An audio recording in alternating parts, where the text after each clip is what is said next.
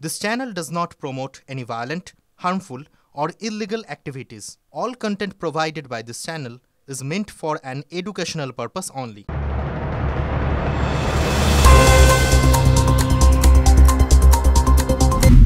SIR আবহে বিএলওদের প্রতিবাদ অসুস্থতার ছবি প্রকাশ্যে এসেছে। তবে এবার রাজ্যবাসী দেখল এক অন্য ছবি। এসআইআর এর ফর্ম বিতরণ, গ্রহণ এবং অনলাইনে আপলোডের কাজ ১০০% সফলভাবে সম্পন্ন করেছেন ৬ জন বিএলও। ঘটনাটি ঘটেছে দক্ষিণ ২৪ পরগনা জেলার সাগর ব্লকে। বিডিও কানাইয়া কুমারের উদ্যোগে আয়োজিত অনুষ্ঠানে ৬ জন বিএলওর হাতে সম্মাননা তুলে দেওয়া হয়। আমাদেরকে গত ৩ তারিখে এই ফর্মগুলো দেওয়া হয়েছিল এবং বলা হয়েছিল যে এগুলো বাড়ি বাড়ি ডিস্ট্রিবিউট করে এবং সেগুলো কালেক্ট করে আবার ডিজিটাইজেশন করা। এবং এই পদ্ধতিটা প্রথমে জটিল মনে হয়েছিল এবং কঠিন মনে হয়েছিল।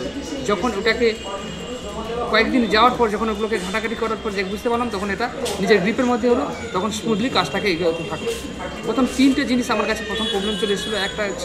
এক হচ্ছে কি কীভাবে ডিস্ট্রিবিউট করব, 2 হচ্ছে নিজে কতটা ব্যাপারটা বুঝতে পেরেছি, 3 নম্বর কি কিছু টেকনিক্যাল ফল্ট। প্রায় 100%-এর দিকেই করেই ফেলি আমি। প্রায় 95-97% আমার প্রায় সপ্তাহখানিক আগে থেকে শেষ হয়ে যায়। প্রথম যে অ্যানেক্সার 1 দেওয়া হয়েছিল, ম্যাপিংটা আমি আগে ভালো করে করেছিলাম। বাড়িতে বসে সেটা সম্ভব হয়েছিল। কিছু মানুষের সঙ্গে কথা বলে আমি ম্যাপটা ভালো করে করেছিলাম।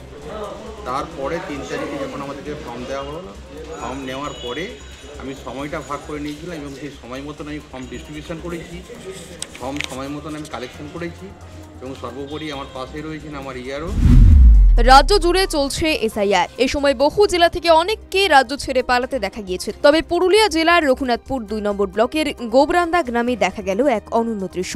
এসআইআর প্রক্রিয়ার কারণে 37 বছর পর পরিবার ফিরে পেলেন নিখোঁজ বাড়ির বড় ছেলে বিবেক চক্রবর্তীকে। ছোট ভাই প্রদীপ চক্রবর্তী ওই গ্রামের বুথ লেভেল অফিসার। কোনোভাবে বিএলওর মোবাইল নাম্বার জোগাড় করে তারপরেই বিবেক চক্রবর্তীর ছেলে কলকাতার দমদম থেকে যোগাযোগ করেন প্রদীপের সঙ্গে। তবে ভাইপো জানত না প্রদীপ তার নিজের ছোট কাকু। বিএলও হিসেবে প্রদীপের কাছে 2002 সালের তথ্য জানতে চায় বিবেকের পরিবার। এরপরেই দাদাকে খুঁজে পান প্রদীপ। আমাদের খুব আনন্দ হচ্ছে, গর্বিত হচ্ছে, দাদাকে পেয়েছি। খুব খবর শুনে খুব খুশি পেয়েছি। দাদা আমাদের খুব এলে খুব ভালো হয়, আসবে এখানে। রেগেসার মাধ্যমে যোগাযোগ হয়ে গেছে। মানে কিরকম ভাবে ফোন করেছিলেন? হ্যাঁ, ফোন করছিল দাদার ছেলে। আচ্ছা, কি বলছিল? ফোনে আমার শ্বশুরের নাম জিজ্ঞেস করছিল। বিয়ের পর আপনি? না, আমরা কেউ দেখিনি। তো এইবারে দেখবেন? হ্যাঁ, এবারে দেখবেন ভাসুরকে। হ্যাঁ, ভাসুরকে এবারে দেখবেন। কেমন আনন্দ লাগছে? খুব আনন্দ লাগছে। এর জন্য কাকে ধন্যবাদ জানাচ্ছেন?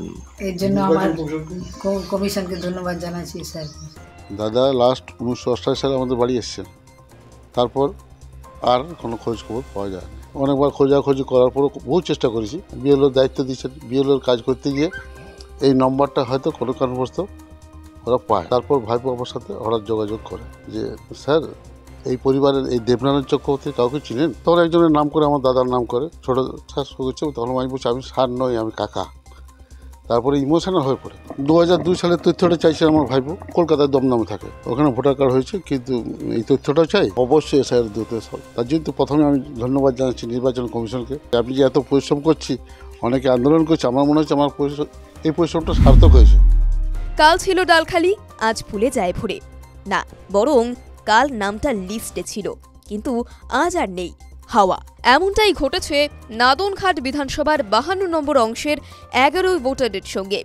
2002 সালের ভোটার তালিকায় তাদের নাম ছিল এবং তার প্রমাণ হিসেবে তাদের হাতে রয়েছে সেই পুরনো হার্ড কপি। এদিকে এখন অনলাইনে যে তালিকা প্রকাশ করেছে কমিশন, সেখানে এই 11 জনের কারোর নাম নেই। ফলে এনুমারেশন ফর্ম ফিল আপ নিয়ে দুশ্চিন্তায় দিন কাটছে তাদের। মানে এই এখন যে ভোটার লিস্টটা তোলা হয়েছে, এটার মধ্যে আমার নাম নেই। আচ্ছা, কিন্তু 2002 সালের যে অরিজিনাল লিস্ট, সেটার মধ্যে নাম আছে। আপনার আর কার? আমার বোনের।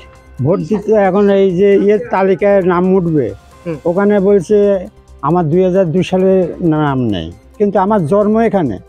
আমি জন্ম থেকে ভোট দিয়ে যাচ্ছি, আমার একটা ভোটও মিস নেই এ পর্যন্ত। আচ্ছা, বলছি 2002 সালের যে আগেকার তালিকা, সেই তালিকা হ্যাঁ, আগের তালিকায় আছে। 2002 সালের আগে তালিকায় নাম আছে, আর হচ্ছে কি 2002 সালের তালিকায় নাম নেই। মানে এই যে নতুন যেটা সংশোধনী হয়েছে, সেটাই নাম নেই। এখানকার মানুষদের যেটা সমস্যা হচ্ছে, 2002 সালে যে ভোটার তালিকা, আমাদের কাছে ছিল। আমরা সেই ভোটার তালিকাতে সংযোজনী যে তালিকাটা, সেটার মধ্যে যে নামগুলো আছে 899 থেকে 911 পর্যন্ত, কিন্তু বর্তমান যে নতুন ভোটার তালিকা যেটা দিয়েছে এসডি অফিস থেকে, সেটাতে 899 পর্যন্ত দিয়ে কমপ্লিট। কিন্তু এই যে 900-র পর থেকে যেই 911 যে কটা লোক আছে, এদের কারোরই এই লিস্টে, নতুন লিস্টে নাম নেই, যার ফলে এরা ফর্ম ফিল আপ করতে গিয়ে আতঙ্কিত হয়ে যাচ্ছে। বিএলও জানাচ্ছে আমি ফর্ম জমা নেব, কিন্তু তোমাদেরকে হিয়ারিংয়ে ডাকতে হবে, হিয়ারিংয়ে ডাকলে কি হবে না হবে, প্রত্যেকেই আতঙ্কিত আছে যে আমাদের ভোটার লিস্টে নাম উঠবে তো, সকলে আতঙ্কিত অনুভব করছে। পুরনো লিস্ট অনুযায়ী ওরা জমা নিতে পারবে না, কারণ নতুন লিস্টে 899 পর্যন্ত সিরিয়াল আছে, আর এখানে 900-র পর থেকে সিরিয়াল। আমাদের পুরনো যে ম্যানুয়াল কপিটা আছে, সেই কপি অনুযায়ী ওরা বিএলও জমা নেবে না। এসআইআরের জেরে ফের একবার খোঁজ মিলল ভুয়ো ছেলের। মৃত প্রতিবেশীর নাম ভোটার কার্ডে বাবা হিসেবে ব্যবহার করে এলাকায় বসতবাড়ি নির্মাণ করে দিব্যি বসবাস করছেন হাবেল শেখ। ঘটনা অসম বাংলা সীমান্তের বক্সিরহাটের। মৃত প্রতিবেশীর আসল ছেলে সালাম শেখ জানায়, এসআইআর শুরুর পরই বিষয়টি তার নজরে আসে। অভিযোগ, হাবেল তাদের সম্পত্তির অংশ নেওয়ার চেষ্টা করছে। এদিকে অভিযুক্ত হাবেল গত 10 বছর ধরে কর্মসূত্রে বাইরে থাকেন, যদিও তার পরিবার সেই বাড়িতেই থাকেন।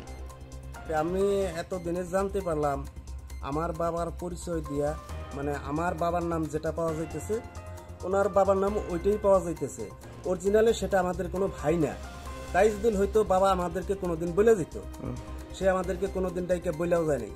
হ্যাঁ, এখন দেখি আমার বাবার পরিচয়, ওনার ভোটার লিস্ট, ভোটের নাম আছে, ওনার নাম হাবেল শেখ, ওনার বাবার নাম হইল ঘেগালি শেখ। এই এলাকা দিয়ে ভিক্ষা করে বেড়াইতো, এটা সবাই জানে। উনি এক সময় ওনার নামে কোর্ট ইন্ডিয়া হয়েছিল এই ঘেগালির নামে।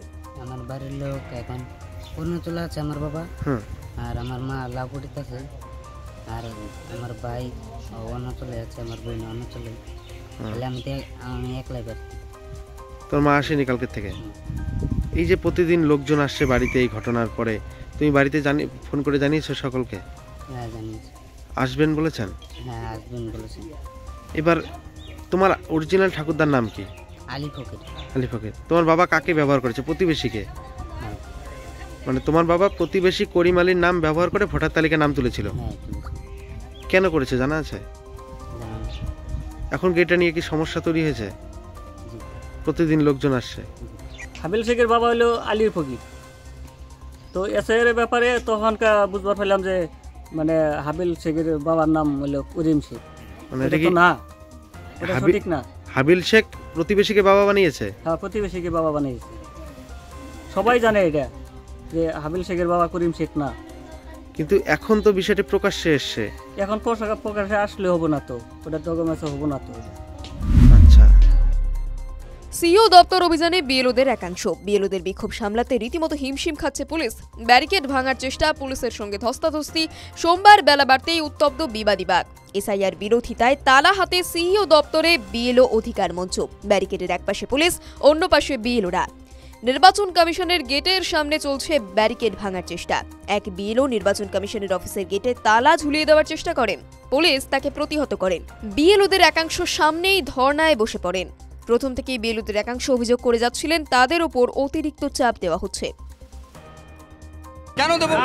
আমার সহকর্মীরা অতিরিক্ত চাপের কারণে মারা যাচ্ছে, অসুস্থ হয়ে পড়ে যাচ্ছেন।